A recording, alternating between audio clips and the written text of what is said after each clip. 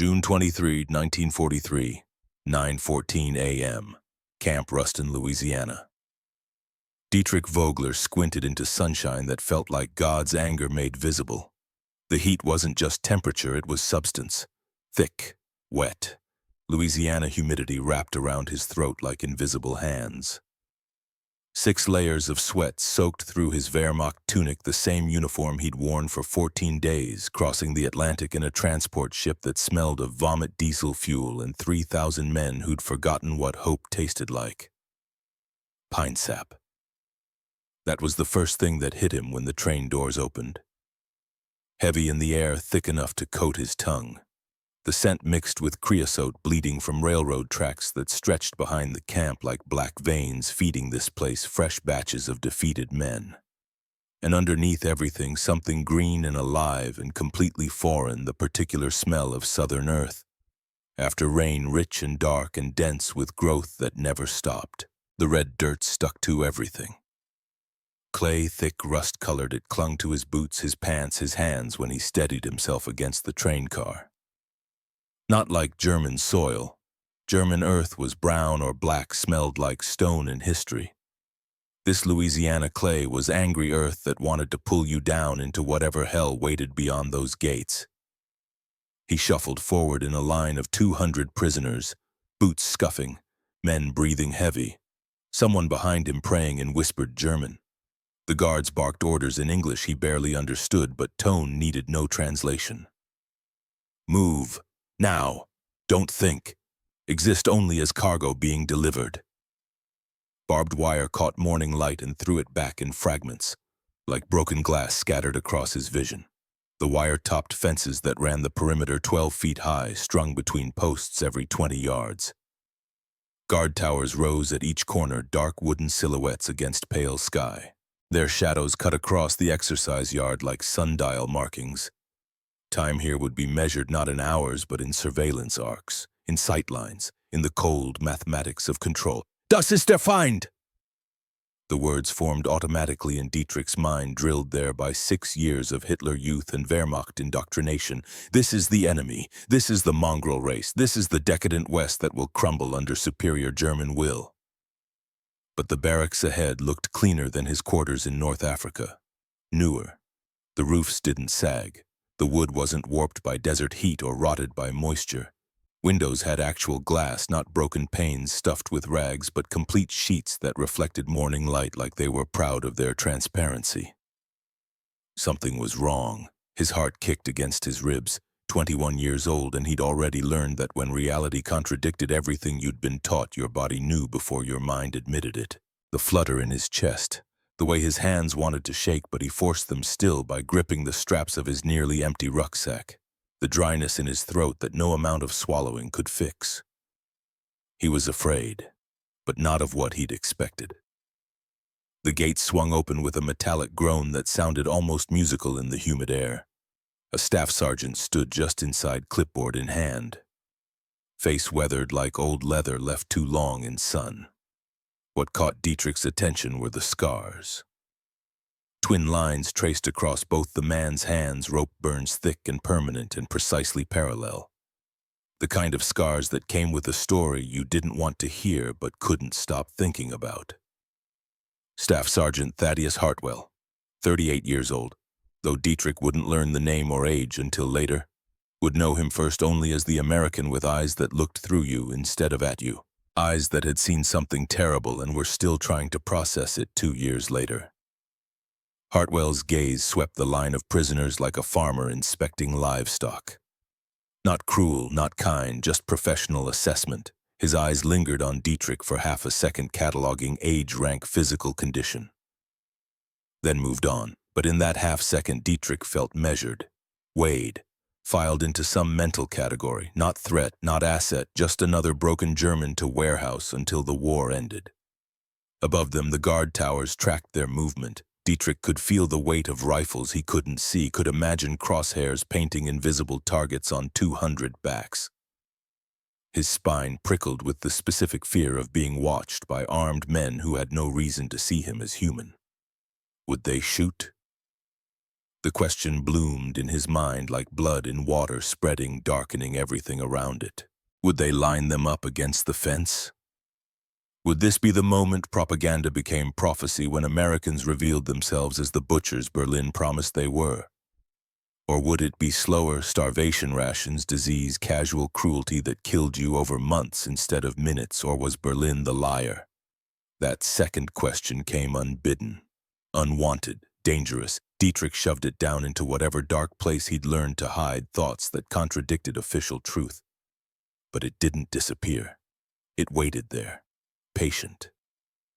Like it knew eventually he'd have no choice but to look at it again. Through the gates, past Hartwell, into the compound proper. The exercise yard stretched before them, flat, dusty, marked with painted lines for formations. Beyond it, rows of wooden barracks extended in neat parallel lines. 12 buildings, maybe more. Identical construction. American efficiency made visible in lumber and military precision. But also electric lines running to each building, screened windows to keep out mosquitoes, gutters for rain drainage. Small details that suggested this place was built to last, built to be livable. His confusion deepened. The processing building was concrete floors and bureaucratic efficiency. Name, rank, serial number, unit, hometown, capture location and date. Each answer recorded in triplicate by a bored clerk who'd probably processed 1,000 Germans before him and would process 1,000 more. Gefreiter Dietrich Vogler, age 21, Lübeck, Northern Germany, 21st Panzer Division, captured March 18, 1943, Tunisia. The clerk wrote without looking up. Didn't care that Lübeck meant merchant ships and Baltic sea salt air and cobblestone streets where Dietrich learned to ride a bicycle before the war consumed everything. Didn't care that 21 meant barely old enough to vote in a democracy that no longer existed. Didn't care that Gefreiter Corporal was a rank Dietrich earned, not through skill but through attrition, because everyone above him kept dying in the North African desert until suddenly he was the one giving orders to teenagers who'd be dead within a week. None of it mattered here. He was a number now, a line on a form, a problem to be warehoused until someone decided what to do with 3 million German prisoners scattered across Allied camps worldwide. Fingerprints came next, black ink that stained his fingers and wouldn't wash off completely for days. A permanent mark.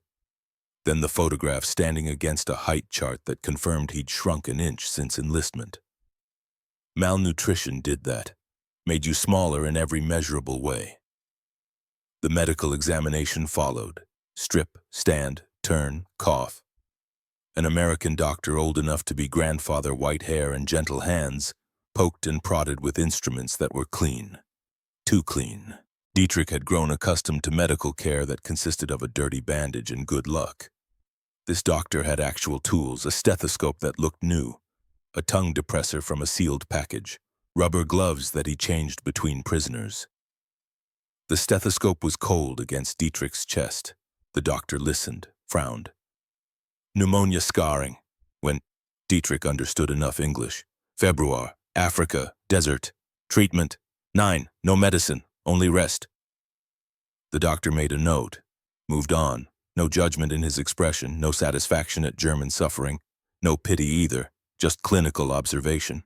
The same look you'd give a sick horse, noting the problem, deciding if treatment was worth the resources. Dietrich pulled his clothes back on. They hung looser than 3 months ago. He'd been 162 pounds in March when captured. Maybe 145 now. His ribs showed through skin like prison bars made of bone. His collarbone jutted out sharp enough to hang coat hangers on. The supply clerk handed him new items. A blanket, green, thick, actual wool, not scratchy burlap, not thin enough to see through, real wool that smelled like it had been properly cleaned. A pillow, cotton, not straw, a mess kit, steel dented but functional, a towel, white, clean. When had he last seen a white towel and gloves? Work gloves, brown leather worn but intact with fleece lining for winter that was still months away. "You'll need these for lumber detail," the clerk said in German. "Chainsaws tear up hands otherwise." Dietrich stared at the gloves. touched the soft fleece inside. Callum's voice would tell him later these were donated by a local church, but right now they were just impossible kindness from an enemy that was supposed to be cruel. Barrack D7, bunk 23, lunch at 1200, don't be late. Chow, food, his stomach clenched at the word. Barrack D7 sat in the third row of identical structures. Long and low, with screened windows running both sides and a door that didn't stick when pushed. Dietrich climbed 3 wooden steps and entered. The heat inside was intense but dry. Ceiling fans turned lazy circles, moving air that made sweat evaporate instead of pool. The fans were electric, actual electricity in a prisoner barracks. He'd served in Wehrmacht quarters without electricity. Rows of bunk beds lined each wall. 60 men to a barrack.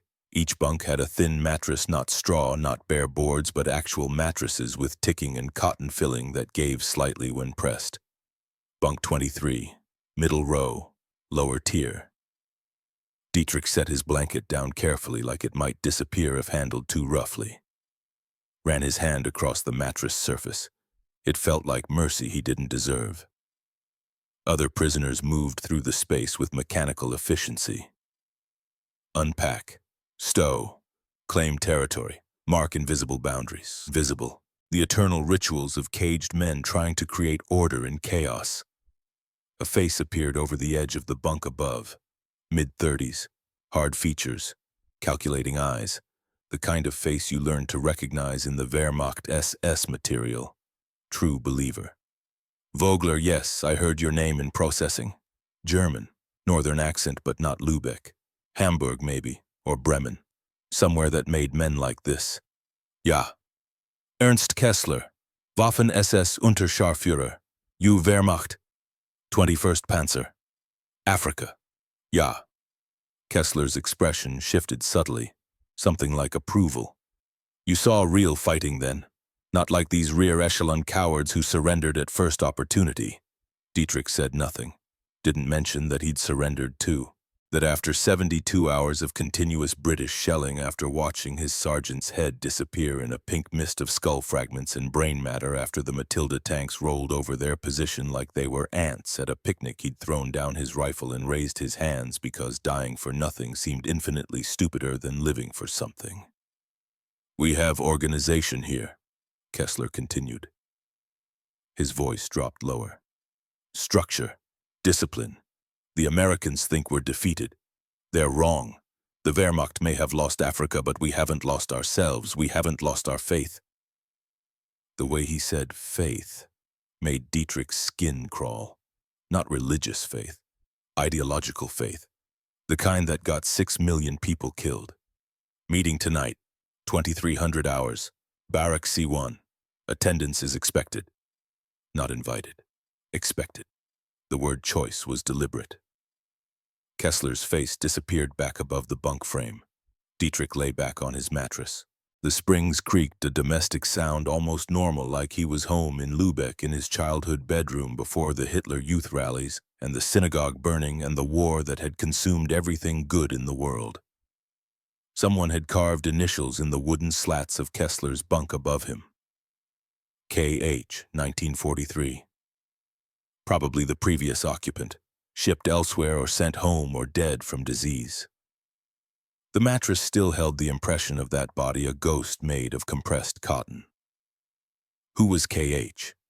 Did he attend Kessler's meetings? Did he survive them? Did he make it home? Through the screened windows, Dietrich could see guards patrolling the perimeter. 2 men, rifles slung casually over shoulders, talking to each other in English. One said something, the other laughed.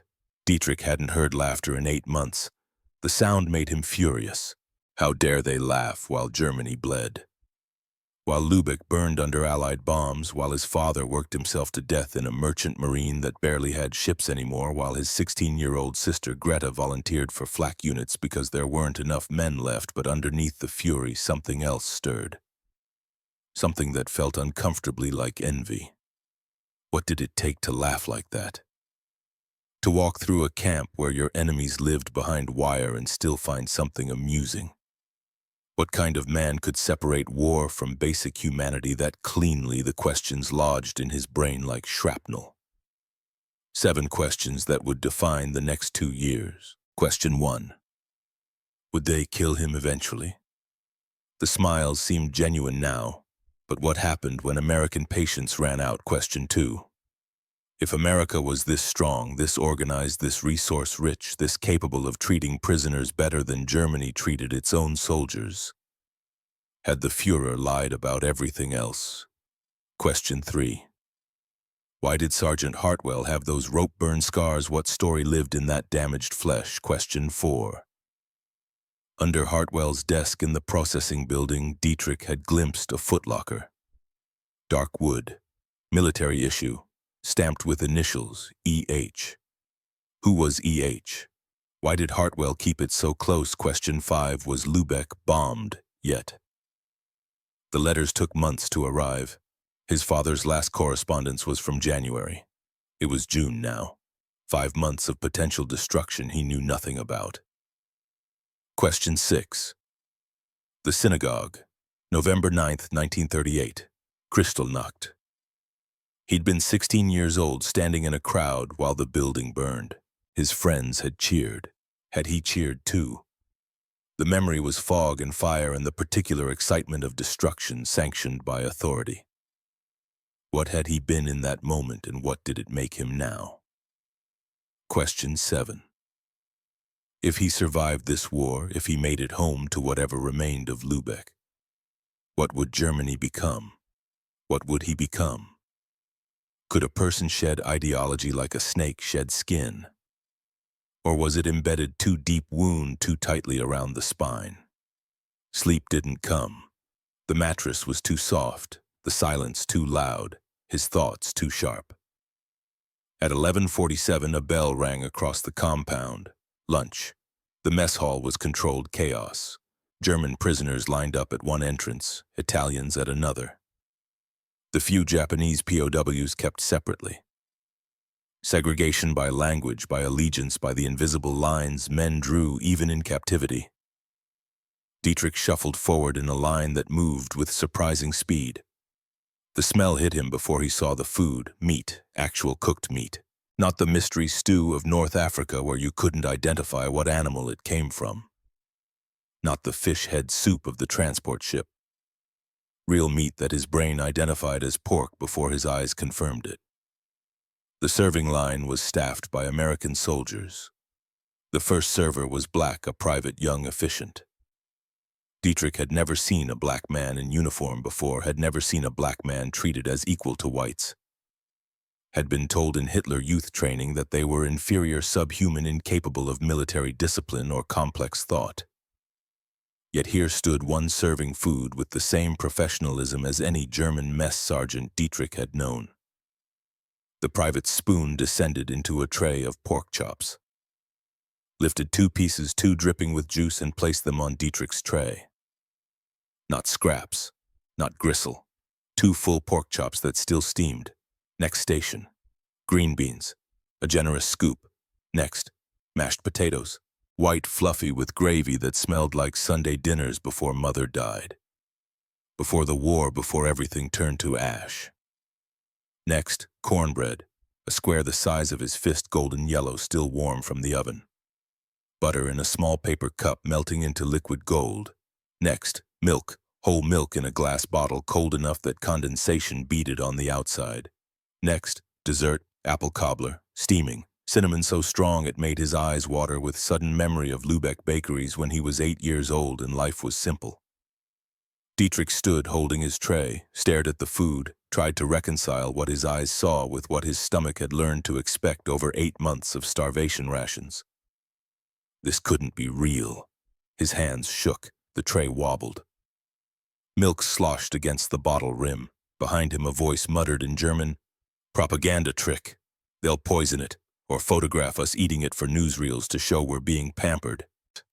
But the man still took his tray to a table, still sat, still ate like a starving animal. Dietrich found space at a long table where 50 men sat in various stages of consumption. Some ate slowly, savoring every bite like it might be their last decent meal. Some ate like wolves, hunched over trays, protectively shoveling food into mouths as fast as they could swallow. Some cried while they ate, tears running down faces into mashed potatoes. He set his tray down, picked up the fork, actual silverware, not a wooden spoon, not fingers, an actual fork with 4 tines that weren't bent. Cut into the pork chop. Pink juice ran across the plate, the meat separated easily, tender, properly cooked. The kind of preparation that required skill and time and resources. He raised the fork to his mouth. The taste exploded across his tongue. Salt, fat, smoke from whatever grill they'd used, flavor he'd forgotten existed.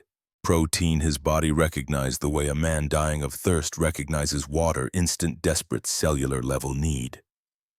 He chewed, swallowed, felt the food descend into his stomach like an anchor finding bottom after drifting in empty ocean. Then he cut another piece, and another, and another. Halfway through the meal, memory hit him like shrapnel. February, North Africa, 3 weeks before capture. A letter from his father had finally reached him, written on paper so thin you could see through it because Germany had no paper to spare for soldier correspondence. Dietrich.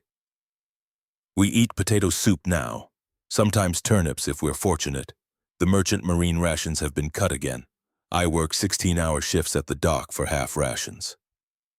Greta volunteers with the flak unit's 12-hour shifts operating anti-aircraft guns. She's 16 years old. She should be in school. She should be safe. Your mother's grave I visit when I can, but there are no flowers. Nothing grows anymore. Rose, we pray for you. We pray Germany wins soon so this can end. Sieg Heil. Your father. Dietrich looked down at his tray. 2 pork chops, he'd already finished one. Green beans half-eaten. Mashed potatoes with gravy pooling in the crater he'd made with his fork. Cornbread with butter melting into golden liquid. Cold milk. Apple cobbler waiting, while his father ate potato soup. While Greta operated anti-aircraft guns with hands too young for such work. While Germany starved. The pork chop turned to ash in his mouth. He forced himself to swallow anyway, forced himself to keep eating. Because refusing this food wouldn't feed his father, wouldn't protect Greta, wouldn't bring mother back from the grave, wouldn't change anything except make him weaker. But the guilt tasted worse than hunger ever had. Around him men ate. Some talked in low voices about the war, about rumors about what would happen next. Some sat in silence, processing the same cognitive dissonance Dietrich felt. At the far end of the hall, American guards stood watch. But they weren't aiming rifles. They were just standing there, bored, like this was routine. One guard caught Dietrich's eye. The man nodded slightly, acknowledgement, not threat. Dietrich looked away quickly. Couldn't process kindness right now.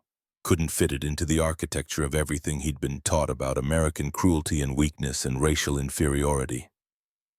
He finished every bite. Every single one. Because wasting food was a sin worse than pride, and he'd committed enough sins already. 1,400 hours, work assignment. 40 prisoners loaded onto a truck that smelled like cut lumber and diesel. 15-minute drive through pine forest that seemed to stretch forever. Trees taller than anything in Europe. Straight as telephone poles. Dense enough that sunlight barely reached the forest floor. This was the resource base Dietrich realized. This endless forest explained how America could fight on 2 fronts simultaneously and still feed prisoners pork chops. The sheer abundance was staggering. The lumber mill was noise incarnate. Saws screaming, logs crashing, men shouting over the mechanical roar. Americans ran the operation, prisoners provided labor. The division was clear. Hartwell was there supervising. He demonstrated tasks in simple English, repeated until understood, corrected mistakes without cruelty. Dietrich's assignment hall cut lumber from the saw station to the stacking area. 8 hours of lifting, carrying, stacking. His muscles, atrophied from malnutrition, screamed protest within the first hour. Blisters formed on his hands despite the work gloves. By hour 3, the blisters had burst. By hour 5, his hands were bleeding through the gloves. But he didn't stop. Couldn't stop. The work was purpose. The pain was penance. At 15:20, the chainsaw he was helping position jammed. Blade seized in pine heartwood that was harder than it looked. The operator cursed in English, stepped back, unsure what to do. Hartwell appeared from somewhere, didn't speak at first, just took the saw with those scarred hands, made 3 precise adjustments. Dietrich couldn't follow, cleared the jam with a twist and pull, handed it back to the operator. Then Hartwell looked at Dietrich. "You watch." "Yeah, yes. My brother Ethan taught me this." Hartwell's voice was gravel in geography. Southern but educated, hard but not harsh. "Worked lumber before the war, best chainsaw man in 3 counties. Dietrich's English wasn't good enough for complex conversation. He managed, "Brother, where?" "Now." Hartwell's expression changed, closed like a door slamming. "Arizona, under a white cross." He walked away before Dietrich could respond. But Dietrich had seen it, the flash of pain that crossed Hartwell's weathered face, the way his jaw tightened, the way those scarred hands flexed once, involuntary, like trying to hold on to something that wasn't there anymore. Arizona. Under a white cross, December 7, 1941, Pearl Harbor. The math assembled itself in Dietrich's brain like evidence at a crime scene. Hartwell had lost his brother, lost him to Japanese bombs, lost him to this war that consumed everything it touched. And now Hartwell stood in a Louisiana lumber mill teaching German prisoners, allies of Japan, how to unjam chainsaws. Why? Why not hatred? Why not revenge? Why not the cruelty that would be justified, even expected? The question followed Dietrich through the rest of the work shift. Followed him back on the truck ride, squeezed between prisoners who smelled like sweat and pine sap. Followed him through dinner, roast chicken, vegetables, more food than seemed possible. Followed him back to Barrack D7, where he collapsed on his too soft mattress and stared at the ceiling while his bleeding hands throbbed in rhythm with his heartbeat. At 22:45, Kessler's face appeared over the bunk edge. "Time, Vogler." Dietrich wanted to refuse, wanted to stay in his bunk and pretend none of this was happening. But refusing Kessler seemed more dangerous than obeying. He rose, followed. 2300 hours, Barrack C1. The building sat at the compound's edge, farthest from the guard towers.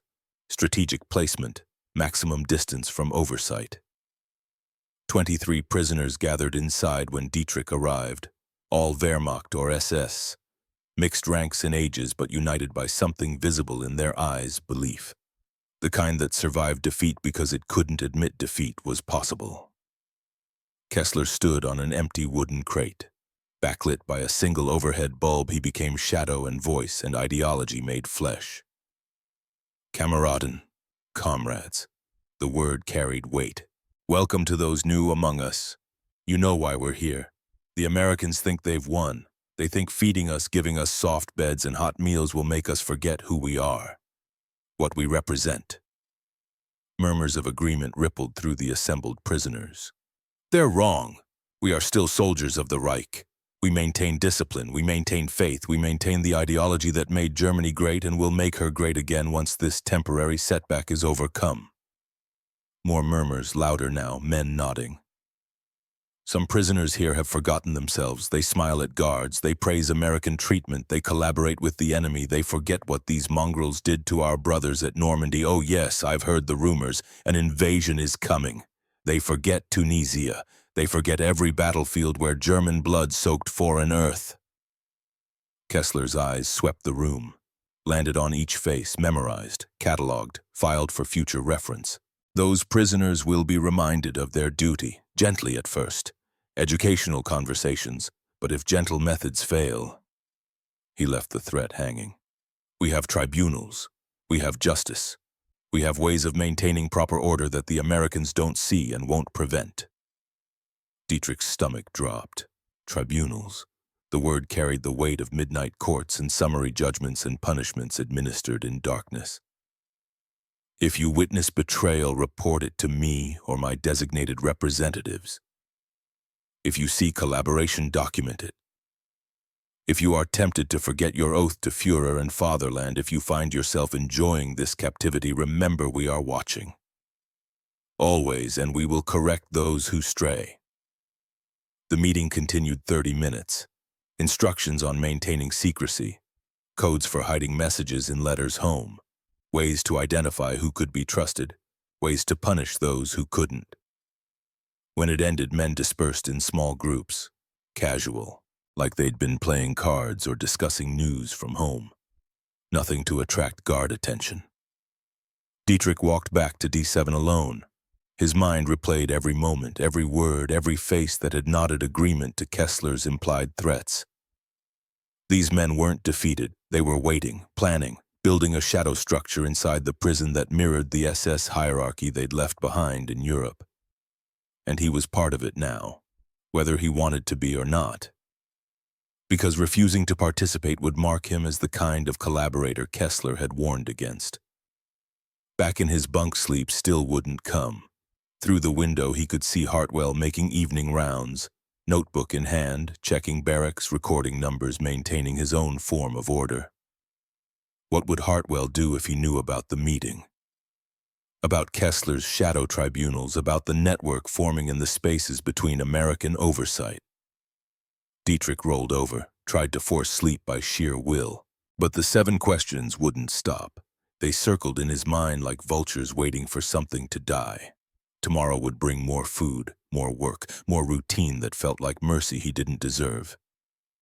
And somewhere in the darkness between what he'd been taught and what he was learning, Dietrich Vogler began the slow, painful process of coming apart. July 1943, week 4, 0530. Time in captivity moved with a different rhythm than time in war. In combat, seconds stretched into hours during artillery barrages, hours compressed into minutes during retreats.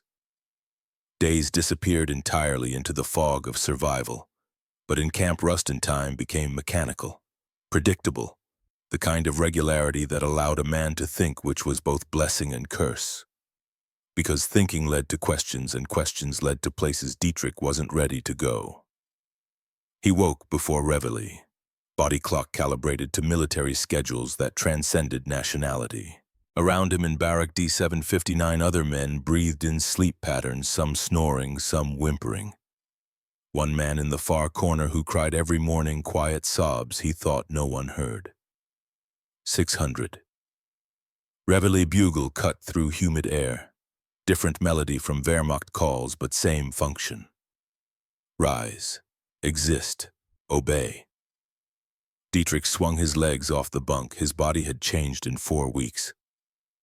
The sharp angles of starvation were softening. His ribs no longer jutted quite so prominently, cheeks filling out. The Americans weighed them weekly, recorded data with clinical detachment. 145 pounds at arrival, 153 now. 8 pounds of American abundance, 8 pounds of guilt. His hands had healed from the first week's blisters. Calluses formed where soft skin used to be. The work gloves helped, those impossibly kind leather gloves with fleece lining. He'd tucked them under his mattress each night, couldn't quite believe they wouldn't be taken away. 6:15. Roll call in the exercise yard. 200 men in neat rows while guards counted, recounted, verified. No one had tunneled through Louisiana clay to escape into a country that would turn them in for reward money. Hartwell conducted D-sections count, walked down rows, clipboard in hand, marking attendance with practiced efficiency. When he passed Dietrich, their eyes met briefly. No acknowledgement, just the routine intersection of captor and captive.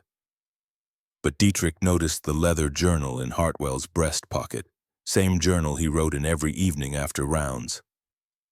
What did a guard record about prisoners' behavioral notes, violation reports, or something else? 6:30. Breakfast. The mess hall filled with the sound of 200 men trying not to think about how good the food tasted. Eggs this morning, scrambled with cheese mixed in, bacon that had come from pigs fed on American grain, toast from bread so white it looked artificial, coffee that actually smelled like coffee instead of burned acorns. Dietrich ate mechanically, fuel for the body, but his taste buds had woken up after years of starvation rations.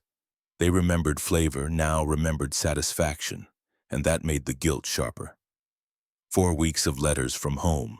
4 weeks of learning that Lübeck had been bombed twice more in April, that rations were cut again in May, that Greta, his 16-year-old sister, was working 12-hour shifts operating anti-aircraft guns and coming home too exhausted to eat the watery soup that passed for dinner. 4 weeks of eating better as a prisoner than his family ate as free citizens of the Reich. The contradiction wore grooves in his mind. Familiar pathways of thought that led nowhere except circles of shame. Week 9, August 17th. 13:20 hours, lumber mill.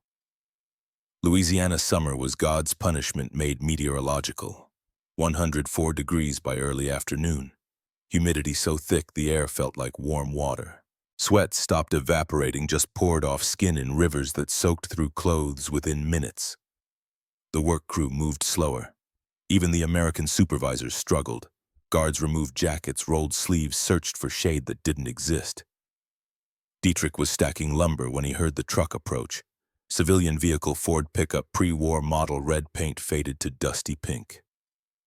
An old man climbed out, maybe 70, weathered face under a straw hat that had seen decades of southern sun. The man pulled 5-gallon jugs from the truck bed. They sweated condensation in the heat. He set up a station near the water pump, started filling paper cups. One of the American guards approached. Brief conversation Dietrich couldn't hear. The guard shrugged, waved the prisoners over. 10-minute break, drink, then back to work. 40 German prisoners shuffled toward the farmer like suspicious children. Dietrich hung back, watched others test the offering first, watched them drink and not collapse from poison. The farmer's voice carried a thick accent Dietrich caught maybe one word in 3 from. But the tone was clear. Kindness, genuine and unpracticed. Dietrich accepted a paper cup. The wax coating was already softening from moisture. Inside lemonade, pale yellow. Ice floating on top, real ice somehow kept frozen in August Louisiana. He drank, sweet, tart, cold enough to make his teeth ache. Lemon juice and sugar and something else, mint leaves maybe crushed and steeped. The taste of summer in a country that should be enemy territory but instead offered cold drinks to men who'd tried to kill its allies. The farmer watched the prisoners drink with an expression Dietrich couldn't parse. Not satisfaction at their gratitude, not pity. Something softer, hope mixed with grief, mixed with stubborn determination. Dietrich found himself standing near the old man, close enough to speak if he had words adequate to the moment. The farmer spoke first. You boys getting enough water out here, heat like this, you gotta hydrate proper. Dietrich's English had improved over 9 weeks. Not fluent, but functional. We get water. Yes, thank you for... He gestured with the cup, unable to find words for the complexity of what this meant. My boys in Germany. The farmer said it simply, like commenting on weather. Prisoner of war, somewhere, don't know where exactly. Red Cross says he's alive, but that's all I know. Haven't heard his voice in 2 years. He looked directly at Dietrich with eyes blue-gray like storm clouds over the Baltic. I pray every night that someone gives him lemonade when he's hot, when he needs kindness. I pray there's someone human enough to see him as a son before they see him as an enemy. The words hit Dietrich like artillery, knocked something loose in his chest that had been carefully walled off. I am sorry. The English came out thick with accent inadequate for the weight he was trying to carry. I am sorry your son is... I am sorry for war. The farmer Dietrich would later learn his name was Silas Brennan nodded slowly. You didn't put him there, son. War did. Same war put you here. Maybe someday we'll be smart enough to stop doing this to each other. He refilled Dietrich's cup without asking. Dietrich drank the second serving. Let the cold sink deep. Let it numb something that hurt too much to examine directly. Brennan's son was in Germany, probably in a camp, probably being fed turnip soup and bread made from sawdust because Germany had nothing left to give its own citizens, let alone prisoners. And here stood the father offering cold lemonade to enemy soldiers because he understood, truly understood in some deep place that someone's son was always on the other side of the wire. When the break ended, Dietrich returned to work carrying a new weight. Not guilt this time, something stranger. The realization that humanity could survive war, but only in people strong enough to carry it through fire without letting it burn away. People like Brennan, people unlike himself. Week 13, September 9th, Thursday evening, 1830 hours. Reverend Callum arrived every Thursday. Civilian chaplain, maybe 60, with the face of a man who'd seen suffering and decided to fight it with kindness instead of surrendering to despair. He brought donated books in cardboard boxes that smelled like old paper and churches and possibility. The library in Barrack A1 held maybe 200 volumes now. English mostly, some German. Novels, histories, technical manuals, poetry. Random donations from congregations who apparently believed prisoners deserved to read. Dietrich had avoided the library for 13 weeks. Reading felt like leisure, and leisure felt like betrayal when his family struggled for survival. But boredom eventually defeated principle. He found himself in A1 on a Thursday evening watching Callum unpack boxes while a dozen prisoners browsed shelves. Mark Twain, Jack London, Ernest Hemingway. Names he recognized from before the war, when literature was universal instead of filtered through ideological purity tests. In the German section, a Bible. He pulled it from the shelf. Leather cover, gilt edges, published in Stuttgart, maybe printed within miles of his childhood home. The pages fell open to Psalms. His grandmother's voice echoed in memory, reading verses at bedtime before Hitler made Christianity subordinate to the state, before faith became suspect unless directed toward the Führer. Callum appeared at his elbow. "You read German, I take it, is my language. Then you're fortunate. We've got more German books than Italian or Japanese. Easier to source, I suppose." Callum smiled gently.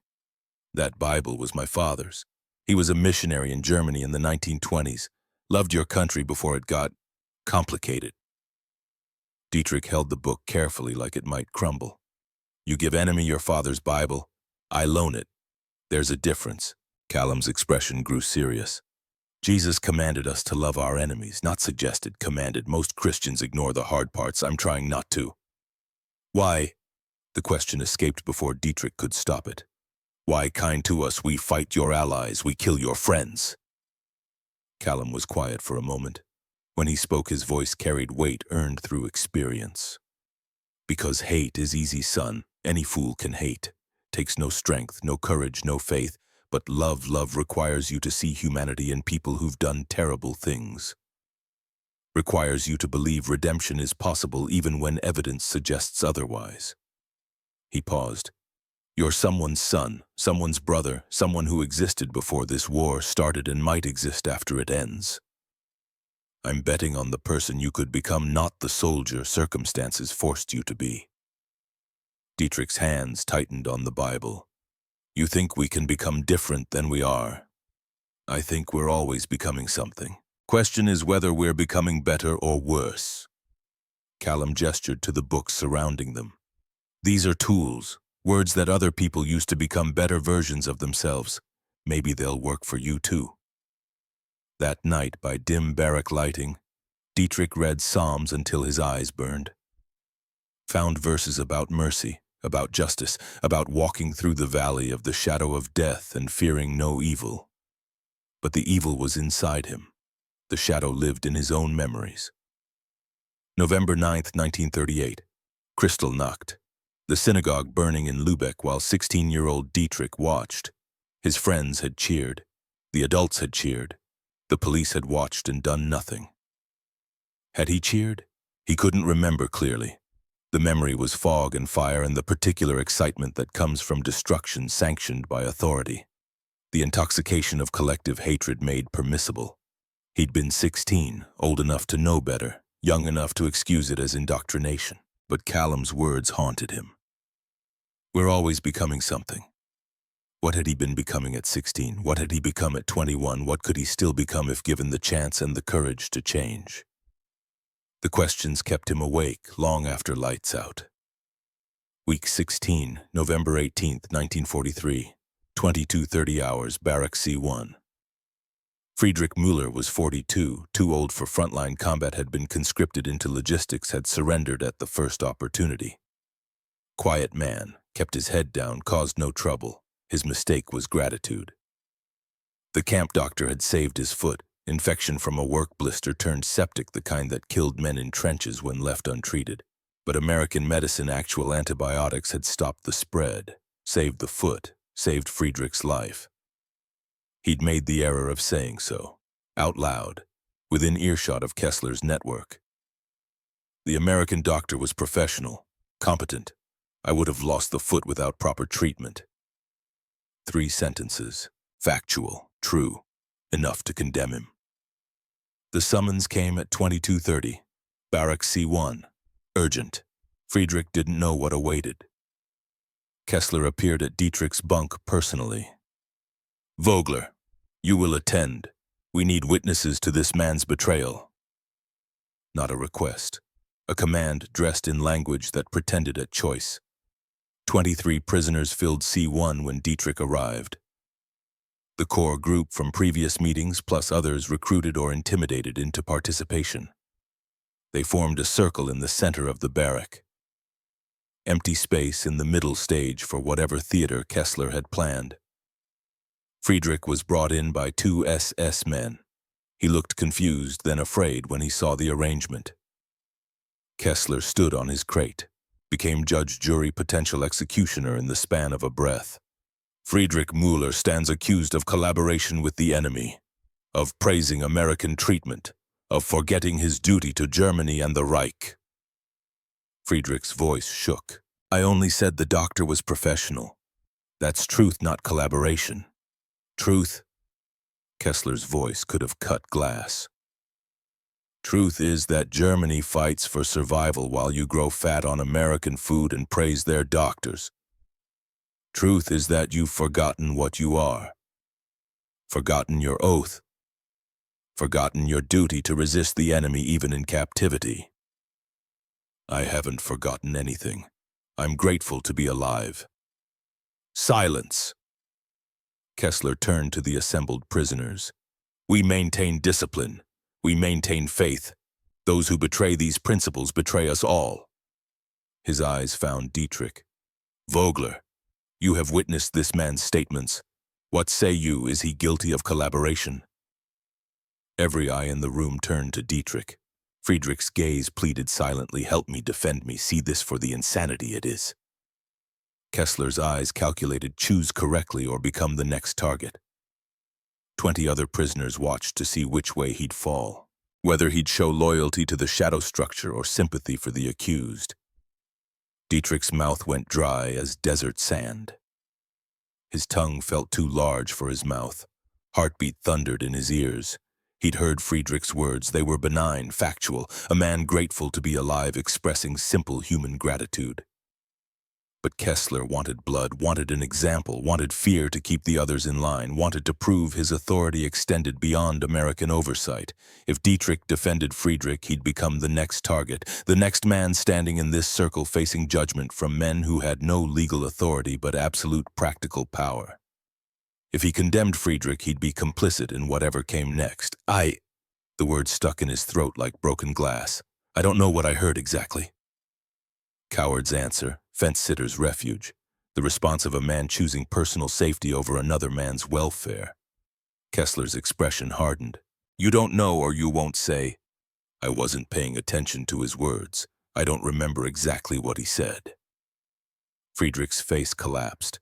The plea in his eyes died, replaced by something worse than anger. Disappointment. The kind reserved for people you'd hoped might be better than they turned out to be. Kessler nodded slowly, filing Dietrich's cowardice away for future reference. Then we'll rely on witnesses who were paying attention and have better memories. The verdict came swiftly. Guilty. Punishment to be administered immediately. Lesson to be learned by all present. 8 SS prisoners surrounded Friedrich. What happened next took 90 seconds but felt like hours. They didn't kill him. That would bring American attention, trigger investigations, disrupt the shadow structure. Instead, they calibrated their violence with professional precision. 3 ribs cracked, One eye swollen shut, face bruised but no bones broken, enough to hurt, enough to remember, enough to terrify, not enough to require hospitalization, scientific brutality, the kind learned in concentration camps where punishment was refined to an art form. Dietrich stood frozen near the door. Watched Friedrich try to protect his healing foot, the foot the American doctor had saved. Watched him curl into a defensive ball. Watched blood leak from a split lip onto barrack floorboards that had absorbed other men's blood before and would absorb more.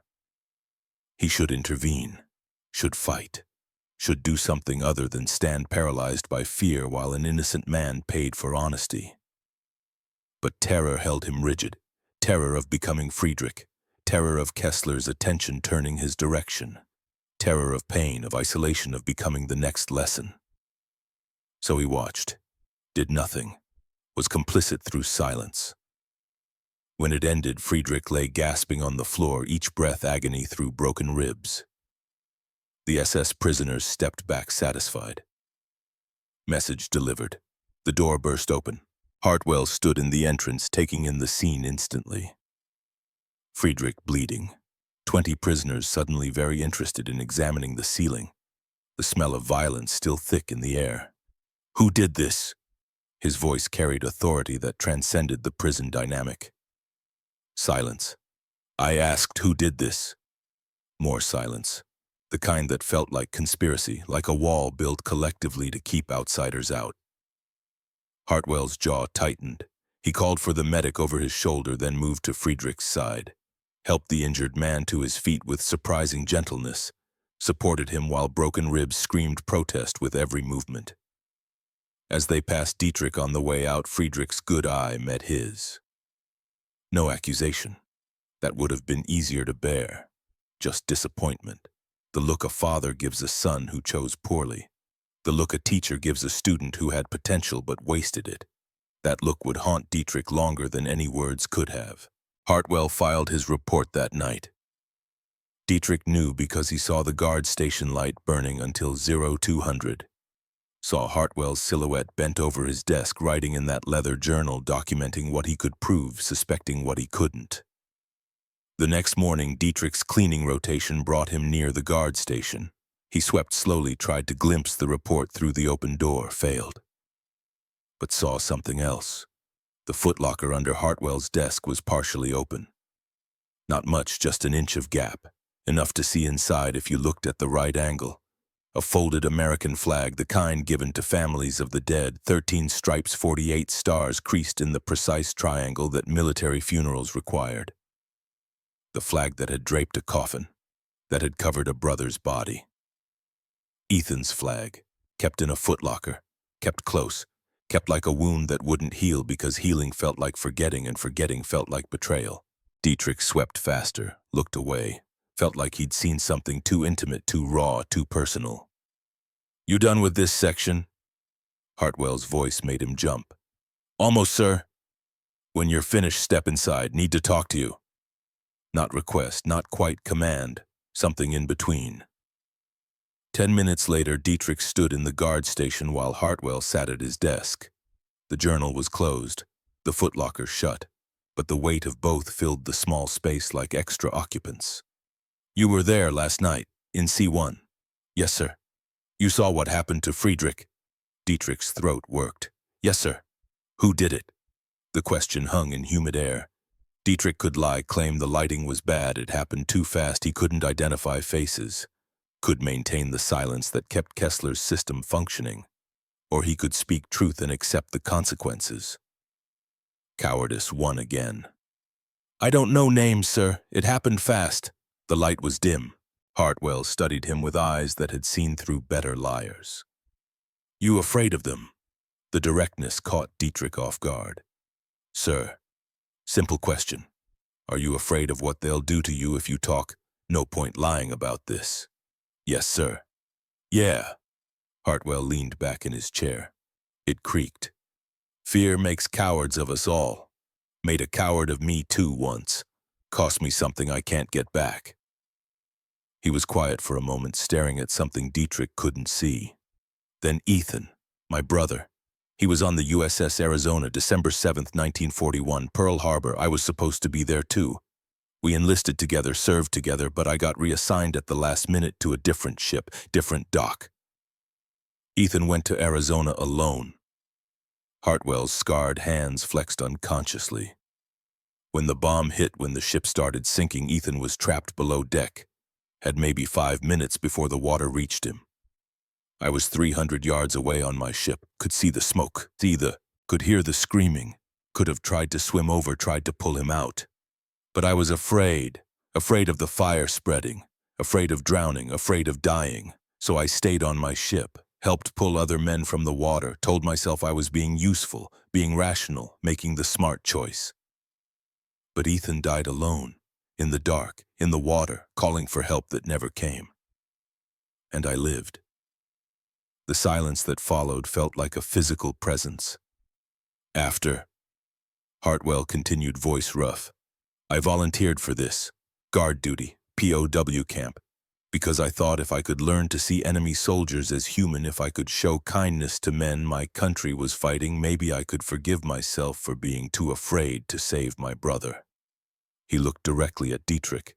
You were afraid last night, I understand it. Fear is human, but Friedrich paid the price for your fear. Question you need to ask yourself is, what are you going to do with that knowledge? Live with it, let it eat at you, or let it change you into someone who doesn't make that choice next time. Dietrich had no answer. Hartwell dismissed him with a gesture. But as Dietrich reached the door, fear is natural, Vogler. We all feel it. But cowardice is choosing fear over what's right. Figure out which one you're living with, because one you can overcome, the other will define you. November 20th, 1943, evening mail call. The letter arrived in a Red Cross envelope, forwarded through official channels, 2 months in transit from Lubeck to Louisiana.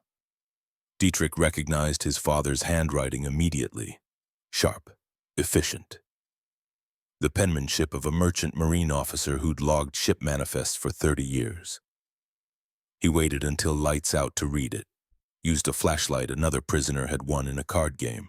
Lay in his bunk an unfolded paper that felt too thin, too fragile to carry the weight of everything it contained. Dietrich, Lubeck was bombed again on October 6th. The RAF came at night. The warehouse district is gone, destroyed completely. Our building still stands, but the windows are blown out. We've covered them with cardboard and canvas. The wind comes through anyway. Winter is coming. We have no heat. Greta volunteers with the flak units now. 14-hour shifts, sometimes longer when the raids are heavy. She came home yesterday with burns on both hands from loading shells too quickly. The metal gets hot. She's 16 years old. She should be in school. She should be learning mathematics and literature. Instead, she's learning how to kill British pilots. Food rations were cut again in October. We receive 400 calories per day now if the distribution trucks arrive on schedule. Last week they didn't arrive. We receive less when supplies run short. We eat turnip soup mostly. Bread made from acorns and sawdust when flour runs out. Meat once weekly if we're fortunate. This month we have not been fortunate. I visited your mother's grave last week. The headstone was damaged in the October raid. A piece of shrapnel struck it. I cannot afford to repair it. I am sorry. She deserves better. We all deserve better than this. The government assures us victory is imminent. We pray this is true, though prayers feel increasingly hollow. We pray you are alive. We pray you are safe. We pray this war ends before there's nothing left to rebuild. Your father. No Sieg Heil this time. No party slogans. The ideology was being starved out along with everything else. Dietrich read the letter 3 times. Each time the words cut deeper. 1,400 calories if the trucks arrived. He'd eaten more than that for breakfast this morning. Scrambled eggs with cheese, bacon, toast, orange juice, coffee, turnip soup versus roast chicken. Cardboard windows versus screened barracks with working heat. Greta's burned hands versus his hands that were healing, skin growing soft again from adequate nutrition, and work gloves that protected instead of injured. His mother's damaged headstone unable to be repaired because money went to food and food was scarce, versus his own survival in abundance. The guilt was crushing, physical. like someone had stacked stones on his chest. He was a prisoner living better than free Germans, fed better, housed better, cared for better, protected better, while his family starved, while his city burned, while his sister's hands burned loading shells to kill the same British pilots who'd bombed his mother's grave. The contradiction was unbearable. He folded the letter carefully, tucked it under his mattress with the previous ones, a growing stack of evidence that the world he'd believed in was built on lies. Lay in darkness and listened to the barrack sounds, breathing, snoring. That one man still crying quietly every night in the corner, grief that never ended. Tomorrow would bring more food, more work, more routine that felt like mercy he didn't deserve. And in Lübeck, his father would eat turnip soup and pretend it was enough. Greta would load shells with burned hands and pretend she was strong enough. His mother would lie under a broken headstone and be forgotten because survival didn't leave room for properly honoring the dead. Dietrich closed his eyes, didn't sleep, just existed in the space between two worlds, belonging fully to neither, understanding finally that war didn't need to kill you to destroy you. Sometimes it just fed you while everything you loved starved. And that was its own kind of death. December 1943. The breaking point approaches. The first 2 weeks of December brought cold that felt gentle compared to European winters. Louisiana's version of freezing was what Germany called late autumn. But inside the camp, tension built like pressure in a sealed container. Rumors spread the Americans were planning to separate radical prisoners from the general population, transfer the troublemakers to high-security camps in other states, break up Kessler's shadow network before it became something worse. Kessler held emergency meetings, 3 in 1 week. The message was consistent resistance, unity, refusal to accept American authority over German discipline. They want to divide us, Kessler insisted. Separate the strong from the weak, the faithful from the collaborators. We must stand together. Show them that German will cannot be broken by soft beds and hot meals. Dietrich attended the meetings because not attending would mark him as suspect. But each one made him more uncomfortable. The rhetoric was escalating, the implied threats becoming less subtle. By December 14th, everyone knew something was coming. The question was when and how violent it would be. December 15th, 1943, 20:35 hours. Evening had settled over Camp Ruston. Dinner finished. Free time before lights out. Most prisoners in their barracks writing letters or playing cards or reading donated books. Dietrich was in D7 when the whisper came down the row of bunks, C1. Now, all loyal Germans. Not an invitation, a summons. He pulled on his jacket. The temperature had dropped to maybe 50 degrees Louisiana cold. Followed the stream of men moving casually, carefully toward Barrack C1 at the compound's edge. By 2045, 200 prisoners had gathered, not just the core group. Everyone Kessler's network had identified as reliable, or intimidated, or simply afraid to refuse. 200 men in and around C1, ostensibly just congregating, but the energy was wrong. Tense, purposeful. Kessler stood on a table someone had dragged outside. Backlit by the barrack's interior lights, he looked larger than life, a shadow that spoke with authority. "Brothers," he began, voice low but carrying. "Tonight the Americans come to take away our leadership, to break our unity, to divide us like cattle being sorted for slaughter." Murmurs of anger rippled through the crowd. "They think we're defeated. They think we've surrendered our souls along with our weapons. They're wrong." Louder murmurs. Agreement. The crowd feeding on collective anger. "Tonight we show them German prisoners remain German soldiers. We do not bend. We do not break. We stand together and we refuse their division." Someone shouted agreement, then another, then a wave of voices. Dietrich stood in the middle of the crowd, swept along by momentum he didn't fully support, but couldn't resist. Fear of standing apart was stronger than conviction to stand with.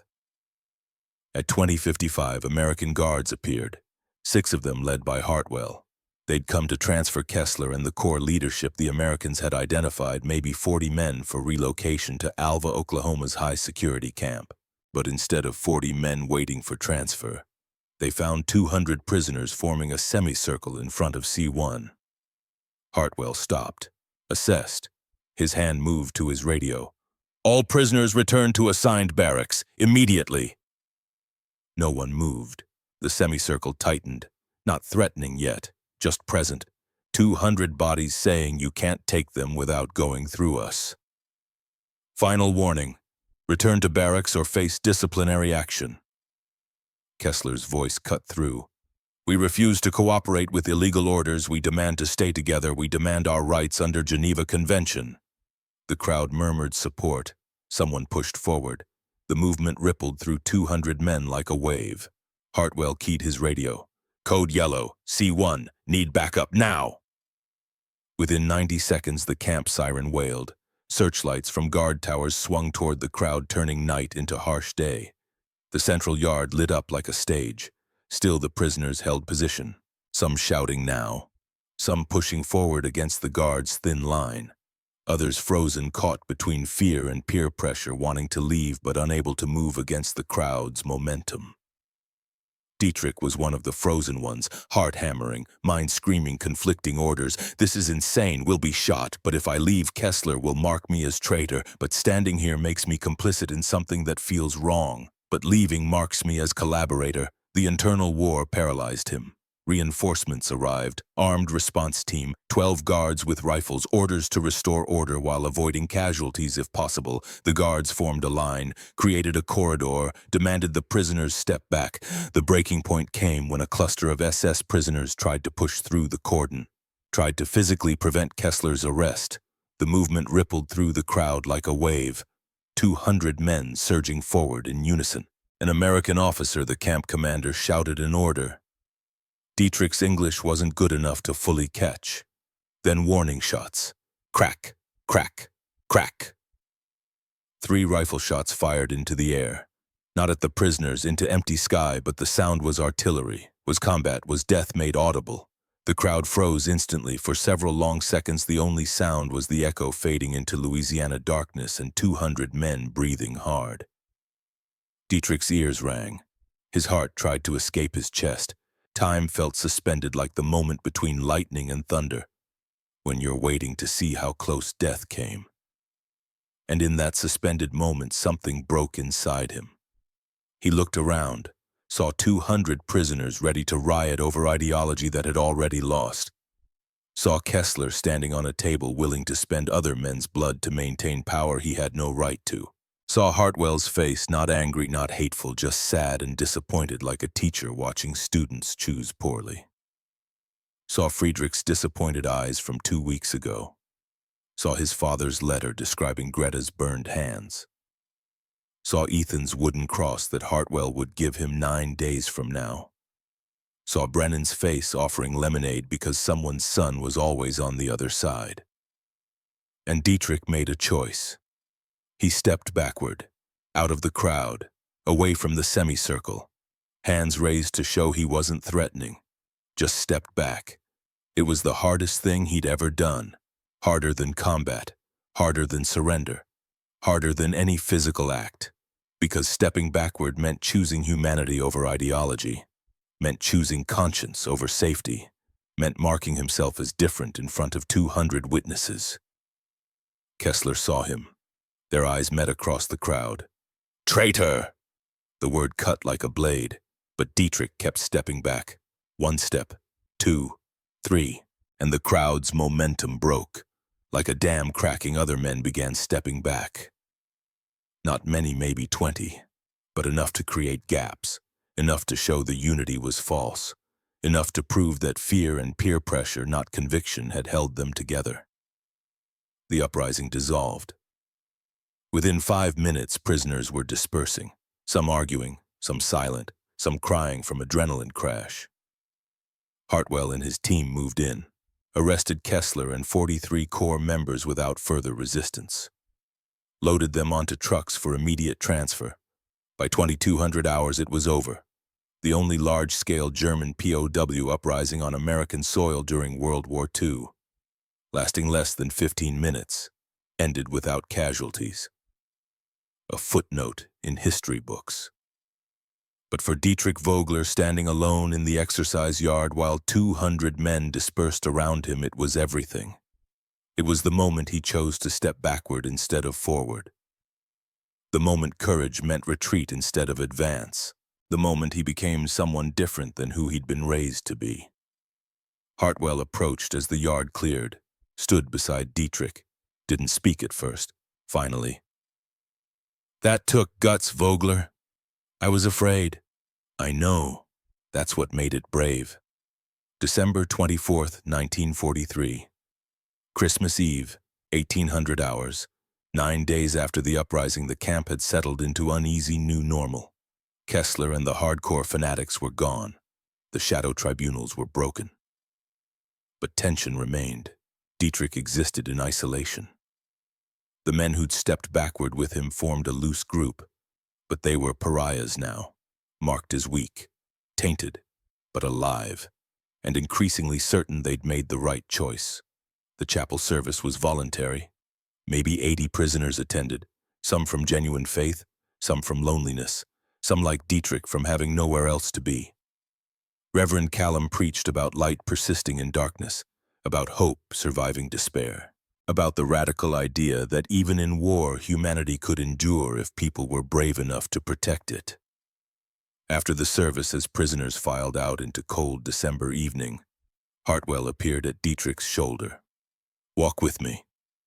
They left the chapel, walked toward the guard station in Sins.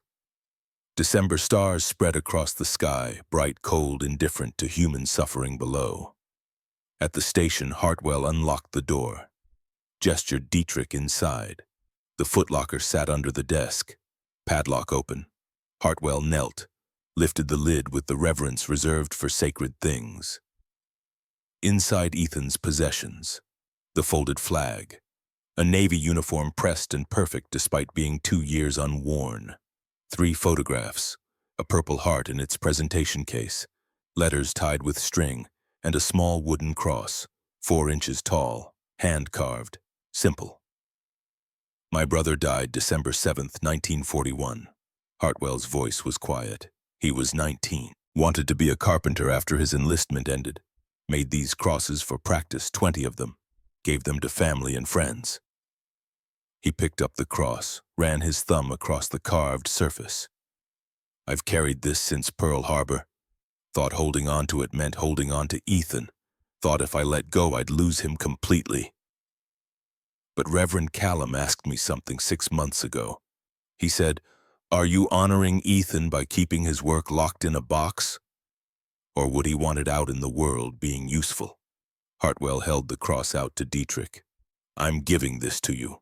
Not because you've earned it, not because you're perfect, but because 9 days ago on December 15th you chose to step backward when stepping forward would have been easier.'" Dietrich stared at the cross in Hartwell's scarred palm. "I cannot. This is your brother's. You should keep. I am keeping him, just differently." Hartwell pressed the cross into Dietrich's hand. "Ethan would want someone to have this who needed hope." "You look like you need hope, Vogler. You look like you're trying to become someone better than the soldier you were taught to be." The wood was smooth, warm from Hartwell's hands, lighter than expected but somehow heavy with meaning. "Go write your father," Hartwell continued. "Tell him you're alive. Tell him you're being treated fairly. Tell him war doesn't have to kill your soul if you don't let it." Dietrich's throat tightened. The letter describing Greta's burned hands was still under his mattress. The descriptions of 400 calories and turnip soup and broken headstones. "My family suffers while I have enough food, warm bed, medicine when sick. They have nothing. How I write this without feeling guilty for surviving." Hartwell finished. "You can't. Survivor guilt is real. I live with it every day. Survived when Ethan didn't. But guilt won't feed your family, won't warm them, won't end the war faster. What you can do is survive. Stay human. Stay decent. So when you go home, and you will go home eventually, you can rebuild instead of seeking revenge, can plant gardens instead of burning synagogues. The reference to Kristallnacht hit Dietrich like a fist. Hartwell knew, somehow knew or guessed about Dietrich's past, about the 16-year-old who'd watched holy places burn. I read faces, Vogler. I see guilt. The question isn't what you did before, it's what you'll do after. Hartwell opened the door. Cold air rushed in. Merry Christmas, such as it is. Dietrich walked back to D7, clutching Ethan's cross, felt it dig into his palm, welcomed the small pain because it was real and specific and cut through fog. In his bunk, he examined the cross under flashlight, saw imperfections that marked it as handmade. Slight asymmetry, tool marks Ethan hadn't bothered to sand completely smooth. A 19-year-old carpenter's practice piece, now carried across ocean and language and ideology by a brother who'd turned grief into the radical act of kindness toward enemies. Dietrich pressed the cross to his forehead, closed his eyes, and cried. Not quiet tears, not suppressed grief, but actual sobs that shook his frame and made breathing difficult and emptied something poisonous from his chest. Cried for his mother's damaged headstone, for his father's turnip soup, for Greta's burned hands, for Friedrich's broken ribs, for Ethan Hartwell drowning alone in the dark, for the synagogue he'd watched burn, for every choice he'd made from fear instead of courage. Cried until the well ran dry. And when he finished, something had shifted, not healed, not fixed, but moved, like a bone setting after a break, finding new alignment that might eventually support weight again. He pulled out paper and pencil, began to write. Vater, I am alive. I am treated fairly under Geneva Convention. I am becoming someone different than the soldier you knew. I don't know yet if this is good or bad, but I'm trying to become better. I love you. I love Greta. Tell her I'm proud of her strength even as I wish she didn't need it. Your son Dietrich short, inadequate, but true. He tucked Ethan's cross under his pillow, felt the small weight there like an anchor. Outside, Christmas approached. The war continued. Germany starved. Lübeck burned. But in Barrack D7, Bunk 23, Dietrich Vogler held a dead carpenter's cross and felt the first real crack in the ideology that had shaped him since childhood. The transformation had begun. Slow, painful, uncertain, but begun. May 8, 1945, 14:03, Camp Ruston Mess Hall. The radio crackled with static, then a voice emerged, clear, authoritative, final. Germany has unconditionally surrendered to Allied forces. The war in Europe is over. 200 German prisoners sat in silence. Not the shocked silence that follows unexpected news, the hollow silence that confirms what you already knew in your bones. Germany had been dying for months, visible in the letters that made it through, describing cities reduced to rubble, armies that existed only on propaganda maps, a Reich that was ash pretending to be empire. But hearing it, official hearing, the death certificate read aloud by an American radio announcer, turned suspicion into certainty. Around the mess hall, American guards cheered, embraced each other. One young private broke down crying with relief. His war was over, he'd survived. Could go home to Oklahoma or Minnesota or wherever home was. The German prisoners sat motionless. Some faces showed relief, some grief. Some nothing at all, just the blank exhaustion of men who'd run out of emotions months ago and had been operating on fumes ever since. Dietrich felt empty. 23 years old, captured at 21, 2 years in Louisiana, 2 years of slowly, painfully unlearning everything his youth had taught him. 2 years of eating better than his family while ideology crumbled like the cities it had built. And now Germany defeated. The 1,000-year Reich lasting 12. The master race revealed as ordinary men who bled and died like everyone else. The Führer dead in a bunker while Berlin burned. Everything he'd been taught was a lie, proven conclusively by history's most brutal teacher, reality. The question sat in his stomach like lead now. What returned to Germany? to Lübeck's ruins, to a father he barely recognized from letters that grew bleaker each month, to Greta, who'd spent her teenage years loading anti-aircraft shells instead of learning mathematics. Returned to what Kessler was long gone, transferred to Alva, Oklahoma's high-security camp the night of the uprising, along with 43 others who'd believed to the end. Were they still believers today, Dietrich wondered? Or had surrender finally broken what kindness couldn't? He didn't know, didn't particularly care. Kessler belonged to a past that was dead now. Across the mess hall, Hartwell caught his eye. The sergeant's expression was complex relief at the war's end, yes, but also something that looked like concern, like a teacher watching a student face a test he wasn't sure they'd pass. That evening, Dietrich sat alone in the chapel, empty except for him and the wooden cross he now carried everywhere, tucked in his breast pocket where it rested against his heartbeat. Ethan's cross. 17 months he'd carried it. Since Christmas Eve 1943, the dead carpenter's practice piece had become the most valuable thing he owned, more precious than the letters from home, more meaningful than any propaganda medal he'd earned in the Wehrmacht. He turned it over in his hands, traced the tool marks, wondered what Ethan would think of this, his amateur woodwork carried by a German soldier who'd fought for the regime allied with the people who killed him. The irony was almost too heavy to bear. Reverend Callum appeared in the doorway, didn't speak at first, just sat in the pew beside Dietrich and waited with the patient silence of someone who understood that some things couldn't be rushed. After 5 minutes, Dietrich broke. "War is over." "Yes." "I should feel something. Happy, sad, relieved, I feel nothing, just empty." Callum nodded slowly. "That's shock. Your body protecting itself from feeling too much at once. It'll pass. Then you'll feel everything and it'll be overwhelming. But you'll survive it. What I do now, you go home, rebuild, figure out who you want to be in a world that's not at war." "What if?" Dietrich struggled with English and concept simultaneously. "What if I don't know who I am without war?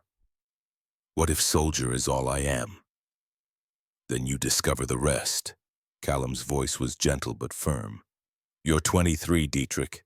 You've got 50, 60 years ahead if you're lucky. Years to become something other than what war made you. Years to plant instead of burn, build instead of destroy. My family, they will hate me. I eat good food while they starve. I am alive and healthy while their Germany dies. Or they'll be grateful you survived when so many didn't. You won't know until you face them. But running from them because you're afraid of their judgment isn't the answer." Dietrich looked at the cross. "Sergeant Hartwell give me this. His brother who died at Pearl Harbor. Why he give enemy soldier his brother's work? Because Hartwell understands something most people never learn, that hate has to end somewhere. Someone has to decide to stop passing it forward like a disease. He chose to stop it with you. Gave you his brother's cross instead of his hatred." Callum stood to leave, paused at the door. "Now the question is, what will you choose to pass forward, the ideology you were taught or the kindness you were shown? Because you will pass something forward, Dietrich. We all do. Choose wisely." He left Dietrich alone with the question that would define the next 44 years. September 1946, Bremerhaven, Germany. 16 months after surrender. 4 months of processing paperwork verification, then finally repatriation. Dietrich stood on deck as German coastline emerged through morning fog, his first sight of home in 3.5 years. Part of him expected to feel joy, relief, the satisfaction of return. Instead, he felt dread so thick it was nearly suffocating. The harbor was functional but scarred. Cranes worked to unload supply ships. American military vehicles dominated the docks. Germany was occupied now, conquered, divided among victors like spoils of war. Processing took 6 hours. Name, serial number, destination. Health screening. Dietrich had gained weight in American captivity, now weighed 172 pounds more than he'd ever weighed in his life. The examining doctor made a note, well nourished, No apparent health issues. The irony burned. At 1600, he boarded a train heading east toward Lübeck. The locomotive was American-built part of Marshall Plan reconstruction. The tracks had been repaired, but evidence of war was everywhere, bridges patched with temporary structures, stations half-collapsed, countryside scarred by battles that raged back and forth until nothing recognizable remained. Germany looked like a corpse picked clean by scavengers. Other passengers were silent, veterans returning, refugees displaced by new borders, black marketeers carrying mysterious bundles, all wearing the same expression of people who'd survived something they didn't want to discuss. The train pulled into Lübeck station at Euro 800 the next morning. Dietrich stepped onto the platform and stopped breathing. 60% of the city was gone. Not damaged, gone. Reduced to rubble, partially cleared but mostly left in piles along streets that only sometimes still existed. Buildings stood like broken teeth walls without roofs, windows without walls. Shells that had once been homes and schools and churches, now monuments to systematic destruction. The medieval old town. Lübeck's pride was particularly devastated. The brick Gothic architecture that had survived 600 years incinerated in RAF bombing raids that history books would later describe as strategically necessary. Dietrich walked through streets his feet knew but his eyes couldn't recognize. The bakery where Mother had bought bread collapsed. The square where he'd learned to ride a bicycle crater. The church where he'd been confirmed just the tower remained pointing accusingly at empty sky. His building still stood. Miracle or random chance he didn't know. Walls intact, windows covered in cardboard and canvas exactly as his father's letters had described.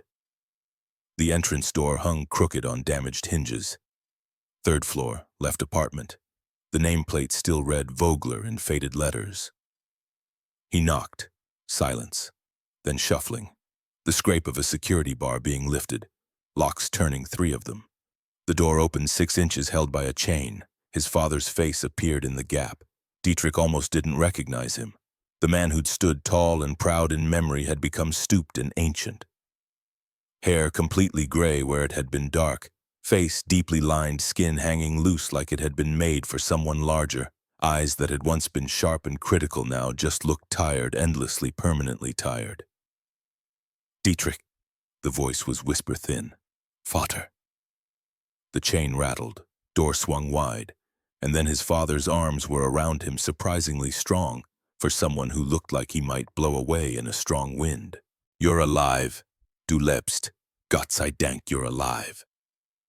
Over his father's shoulder, Dietrich saw the apartment. 1 room, just one when there had been 3. Interior walls had been knocked down to conserve heat. Furniture minimal, a table, 2 chairs, mattresses on the floor. Everything else sold or burned for warmth during winters that came close to killing them. Greta appeared from behind a hanging blanket that sectioned off a corner for minimal privacy. 19 now, not 18 as Dietrich had mistakenly thought in letters. Should be at university. Should be young and vibrant, instead looked 30. Thin beyond healthy. Hair pulled back severely. Burn scars visible on both hands. Shiny pink tissue where shell loading had permanently damaged skin. Dietrich. She didn't run to him, just stood there studying him like she needed to verify he was real before allowing herself to feel anything. He released his father, crossed to her. She let him embrace her but didn't return it with any strength, just stood rigid in his arms processing. You got big, she said finally. You were thin when you left. Now you're... She trailed off, but the implication was clear. He was healthy, well-fed, strong, everything they weren't. American food. The words hung in the air like an accusation. His father gestured to the table. Sit, please. We saved some bread for dinner. We can share now that you're here. The bread, when it appeared, was dark and dense, made from grain mixed with sawdust and potato peel flour and whatever else could be ground into something approximating nutrition. 4 slices. His father divided them carefully with a knife measuring exactly. Gave Dietrich 2. No. Dietrich pushed one back. Equal shares. You just traveled. You need strength. I've had strength for 3 years. Please, Vater. Equal. His father's hands trembled as he accepted the bread back. They ate in silence. The bread was nearly inedible dry, bitter, crumbling with the particular taste of desperation. But Dietrich forced it down and tried desperately not to think about the roast beef sandwich he'd eaten on the repatriation ship 2 days ago. After the meal, calling it that was generous, his father asked the question Dietrich had been dreading. What was it like in America? Were you treated badly? How to answer? How to explain that he'd been fed 3 meals daily, that he'd gained weight in captivity, that he'd had medical care and clean water and electricity and books and even recreation, that he'd lived better than German civilians, better than German soldiers, better than his own family. They followed Geneva Convention. We were treated fairly. Greta's eyes narrowed. Fairly fodder works 16 hours in the shipyard for bread rations that don't come half the time. I spent 2 years loading anti-aircraft shells. My hands.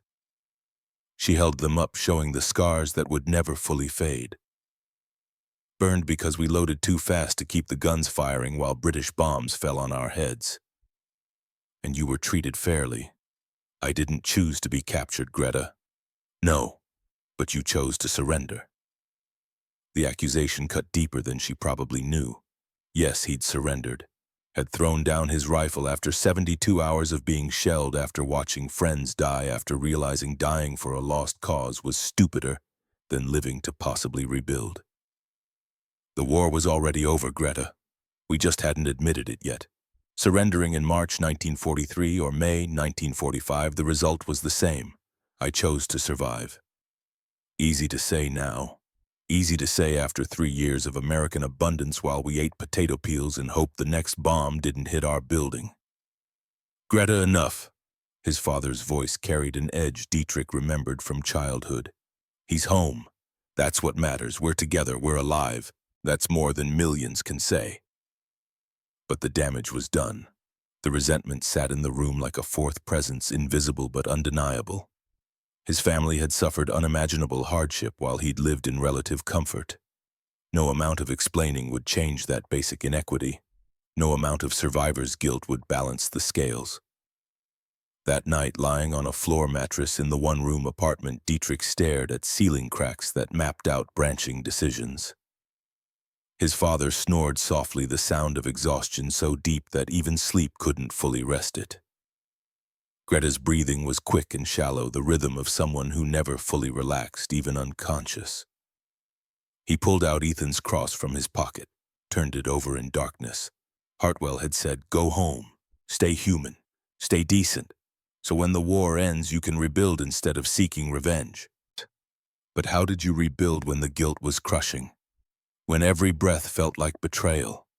When your family looked at you and saw someone who'd escaped suffering they'd endured?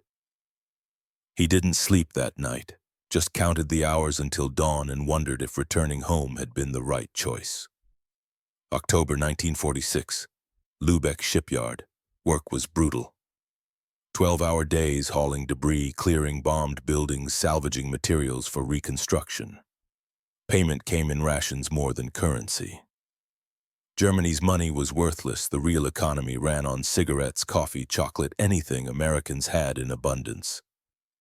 Dietrich's hands, softened by 2 years of relative ease, blistered and bled the first week, until calluses formed again. But the physical pain was almost welcome penance for comfort, payment for survival. 2 weeks after his return, he found himself near the old Jewish quarter during a lunch break, or what had been the Jewish quarter. The synagogue site was particularly devastated, not from Allied bombs, but from German ones. Kristallnacht, November 9, 1938. The building had burned that night while 16-year-old Dietrich watched. Now it was just foundation stones and rubble. No one had bothered to clear it. No one came here. The site was avoided like it carried disease. Dietrich stood at the edge and remembered. November 9th, 1938. He'd been 16. Friends running toward sounds of breaking glass and shouting. The synagogue burning. Adults cheering. Police watching, doing nothing, tacitly approving. Had he cheered? The memory was fog and fire and the particular excitement of destruction sanctioned by authority. He'd been there. He'd watched. But the specific details of his participation versus his observation had blurred over 8 years of trying not to think about it. Had he thrown stones, shouted, or just stood silent while others destroyed? Cowardice came in many forms. Action and inaction could both be sins. He knelt, picked up a piece of brick from the rubble, turned it over in his hands. Someone's holy place, reduced to fragments that children kicked playing in the ruins. "You were there." The voice came from behind him, old, accented with something Eastern, heavy with knowledge. Dietrich turned. An elderly man stood 10 feet away, 70 maybe older, though hardship-aged people beyond years. Thin, bent, but eyes, sharp eyes that had seen too much but refused to look away from truth. "I was there too," the man continued. "Herr Goldstein, I owned the watchmaker shop 2 blocks from here. Watched them burn my synagogue, watched neighbors I'd known for 40 years stand and cheer while centuries of history turned to ash." He stepped closer, studying Dietrich's face with the intensity of someone who remembered faces from that night and would never forget them. "You're young now, but I remember young faces from 1938. You were there. Wehrmacht uniform means you're back from the war. But you were there in the crowd, I remember." Dietrich couldn't lie, had no energy left for lies. "Yes, I was there. I was 16. I watched it burn." "Did you cheer?" "I don't remember clearly. I don't know. Maybe. Probably I was taught to, expected to. I was 16 and stupid and full of ideology that seemed true before reality proved it false. At 16, you're old enough to know better, old enough to choose." "I know." Dietrich met the old man's eyes. "I know that now. I've known it for years. I carry it every day. If I could go back and make different choices, I would. But I can't, so I just carry it." Goldstein was quiet for a long moment, looking at the rubble field that had once been his community's spiritual center. "Why are you here now, after all these years? Why come to this place?"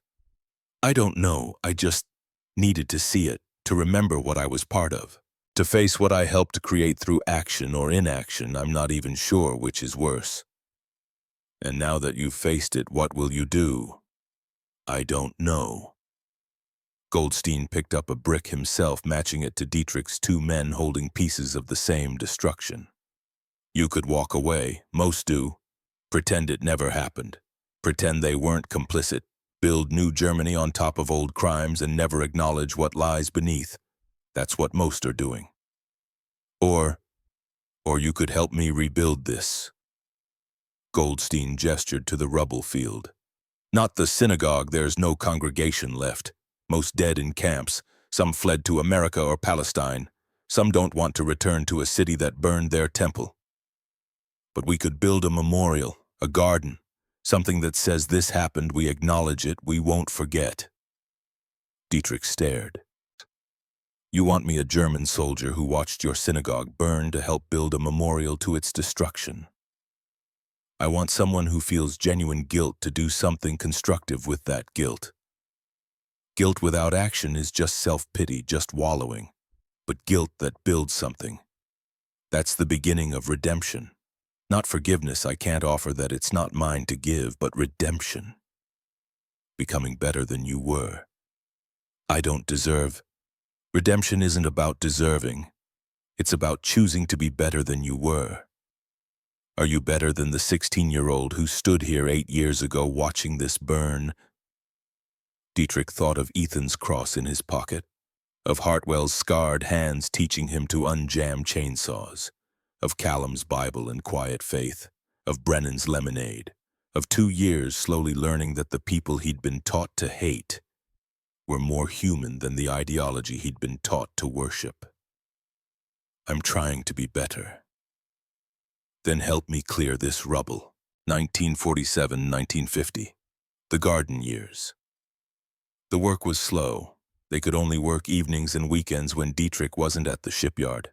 Goldstein was old and couldn't lift heavy stones. Dietrich was young but lacked skill in masonry and garden design. But they worked, first clearing, months of hauling rubble, sorting brick from stone from twisted metal, salvaging anything usable. creating piles that slowly became patterns, patterns that slowly became design. Other survivors watched from a distance, some with approval, some with disgust. A German helping a Jew, building a memorial to acknowledge destruction. It was controversial in a city trying desperately to forget its complicity, trying to pretend everyone had been victims of Hitler equally. One evening in early 1948, three young men appeared. Dietrich recognized the type immediately, former SS true believers who'd learned nothing from defeat, still looking for someone to blame and someone to hate. "Traitor," the leader spat, building monuments to them. After everything they did to Germany. Dietrich straightened. His body was different now. 4 years of American food and 2 years of hard labor had made him solid strong in ways he'd never been as a malnourished soldier. "I'm building a memorial to what we destroyed, what I helped destroy through my silence when I was 16. If that makes me a traitor to your ideology, so be it. I'm no longer loyal to ideology that led us to this." He gestured to the ruined city around them. "We could make you stop. You could try." Dietrich's voice was calm.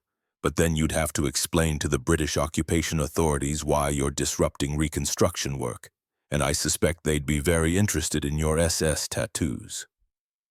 The men left, but Dietrich knew they'd harbor resentment. Hatred outlived the regimes that fed it. They built anyway.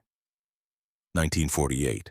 The foundation was laid, stones arranged in patterns that suggested structure without recreating the synagogue. Goldstein insisted it couldn't look like replacement, only acknowledgement.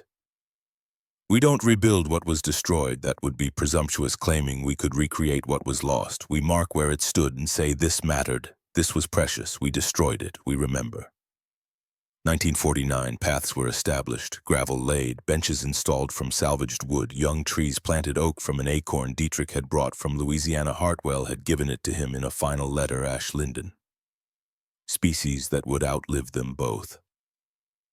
Other workers began to help, young Germans who felt the weight of history and wanted to do something constructive with their guilt. Old Jews who'd returned to find their community gone but needed somewhere to remember.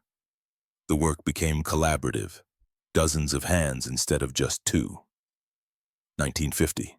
The garden was completed, simple, peaceful. Stone paths winding between planted areas, benches for reflection, and at the center a plaque. Here stood the Lübeck Synagogue, 1880 to 1938, destroyed by hate, remembered by those who choose memory over forgetting, built by Dietrich Vogler and Herr Goldstein, 1947-1950. Where flames consumed, let gardens grow. At the dedication ceremony, maybe 50 people attended. Some Jewish survivors, some German civilians willing to acknowledge what had happened, some former prisoners who'd returned from various camps and needed to see that acknowledgement was possible. Greta was there.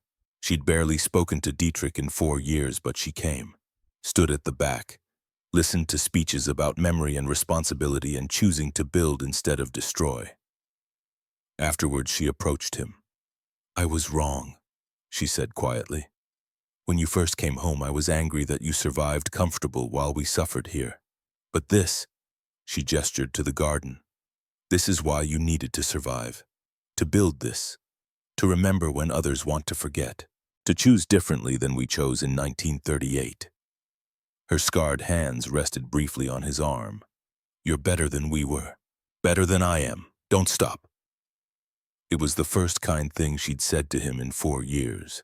The first acknowledgement that his transformation meant something. 1947-1989. Letters across decades. The first letter to Hartwell was hardest. Dietrich sat in the one-room apartment with paper before him, trying to explain 4 years of transformation in a few paragraphs. Finally, he just wrote truth. "Sergeant Hartwell, I am home in Lübeck. The city is ruins, but we rebuild slowly. My family survived, changed but alive. I have been building a memorial garden on the site of the synagogue I watched burn when I was 16. An old Jewish man named Goldstein helps me, teaches me about redemption through action, instead of just guilt through memory. I carry Ethan's cross every day. It reminds me that hate has to end somewhere, You ended it with me. I'm trying to end it with others by building instead of destroying. Thank you for showing me that enemies can become teachers and that courage sometimes means stepping backward. Dietrich Vogler.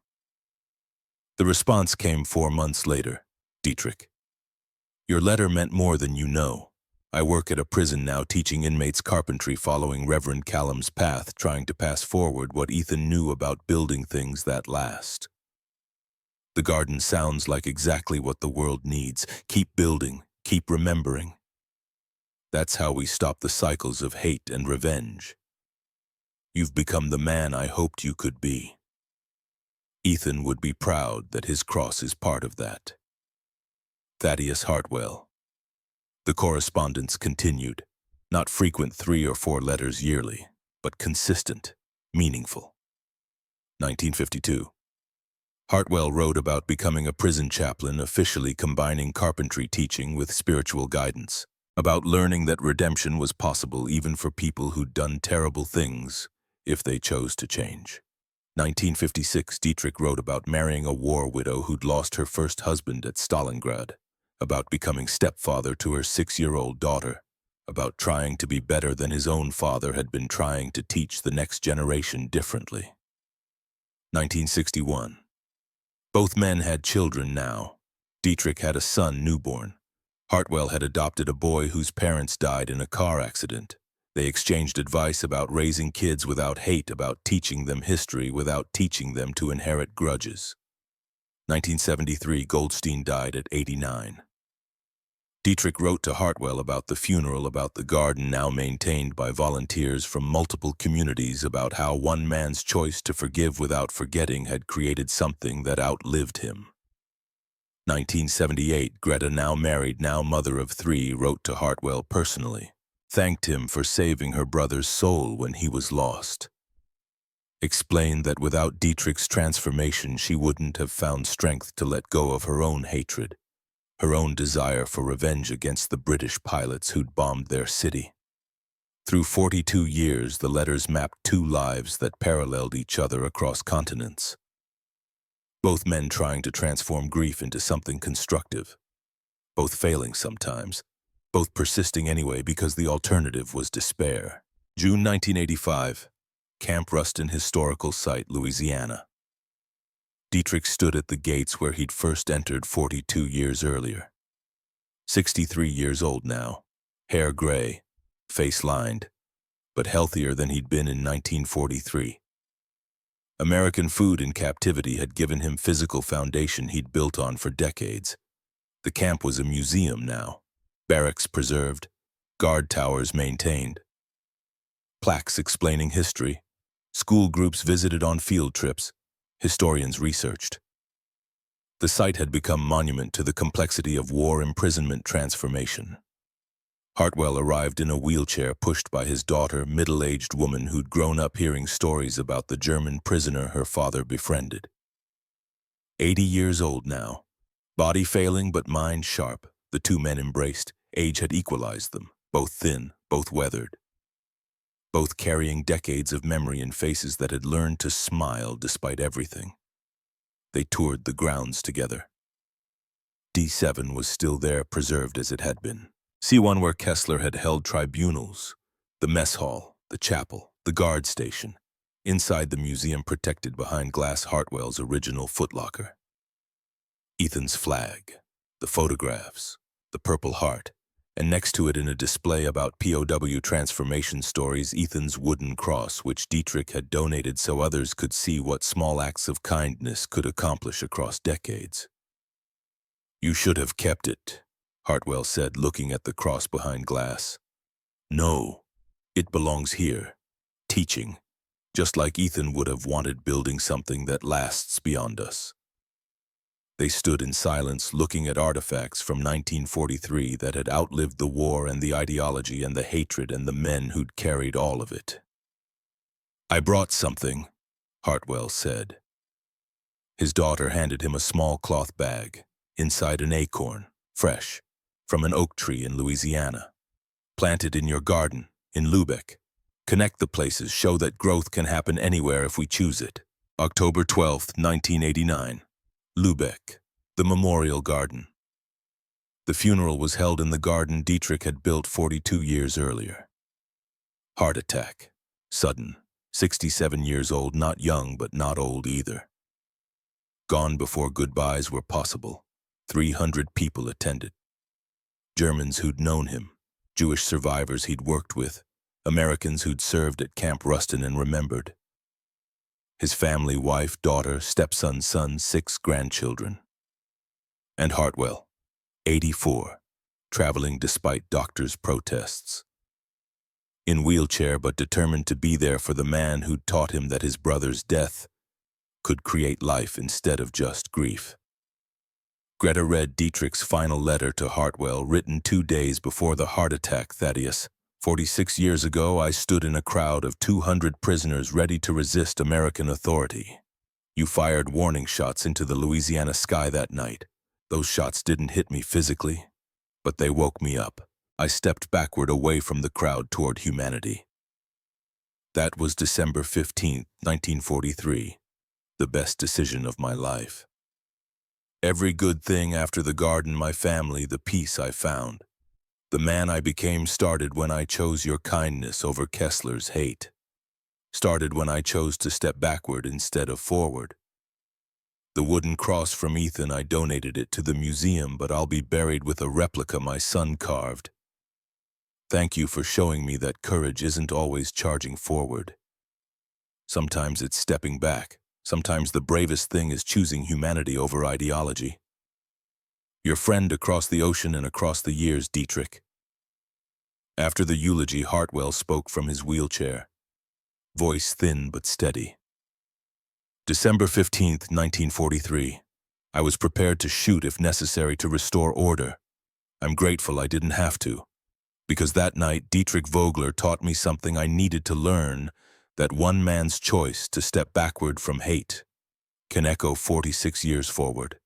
He was my enemy, became my friend, became the brother I lost and found again in different form, became the man I needed to believe was possible so I could forgive myself for failing to save Ethan. This garden proves what I always hoped, that people can change, that hate doesn't have to be permanent, that the work of building is harder than destroying but infinitely more valuable. He placed his hand on the oak tree, now 40 feet tall, grown from the Louisiana acorn Dietrich planted in 1985. May his memory be a blessing. May his work continue. May we all learn to step backward from hate toward humanity. Dietrich's 16-year-old son stepped forward. Same age Dietrich had been at Kristallnacht. In his hands another acorn from the Louisiana oak. He knelt beside the original tree, dug a small hole, placed the acorn carefully. For the next generation, he said quietly. So we remember. So we choose differently than our grandparents chose. So we keep building gardens where others burned temples. He covered the acorn with earth. Somewhere in that moment, in that garden built on ruins of hate, in that gathering of Germans and Jews and Americans choosing memory over forgetting, Dietrich Vogler's transformation completed its final loop. Epilogue. 1996. Present. The garden became international memorial. UNESCO recognition in 1992. School groups from across Europe visited. Survivors came to remember. Young people came to learn that transformation was possible, even after terrible choices. A second plaque was added after Hartwell's death in 1994. Staff Sergeant Thaddeus Hartwell, 1905 to 1994, brother, guard, teacher, friend, who showed that kindness to enemies is the bravest form of warfare. The letters between the two men were published in a small book. Across the wire, a German prisoner and American guard's 42-year correspondence. The historians used it to teach about POW treatment, transformation, the slow work of choosing better. The oak tree grew, 60 feet tall by 2010, 70 by 2020. Visible from blocks away, a landmark that tourists photographed without always knowing its full story. But locals knew it was planted by a German prisoner and American guard who learned that the line between enemy and friend was thinner than propaganda claimed. Knew it stood where a synagogue had burned, where guilt had been transformed into memorial, where one man's cowardice at 16 had eventually painfully become courage at 23. Knew that Dietrich Vogler had stood at Camp Ruston's gates on June 23, 1943, squinting into Louisiana sunshine, certain Americans were enemies. And that on December 15, 1943, warning shots cracked the air, and he chose to step backward, the first step forward toward becoming human again. And that on October 12, 1989, his funeral proved the equation: ideology can make you burn synagogues at 16. But one act of courage, one step backward at 23, can make you build gardens that outlive you by decades. The oak tree still stands, roots deep in German soil grown from Louisiana acorn, branches reaching toward sky that has seen war and peace and the long, difficult work of transformation that happens one choice at a time. A living monument to truth, Camp Ruston's uprising lasted 15 minutes, but Dietrich Vogler's transformation lasted 46 years. Riots make headlines and history books, but quiet choices to resist hate, those change the world, one backward step at a time, one garden at a time, one generation learning from the last.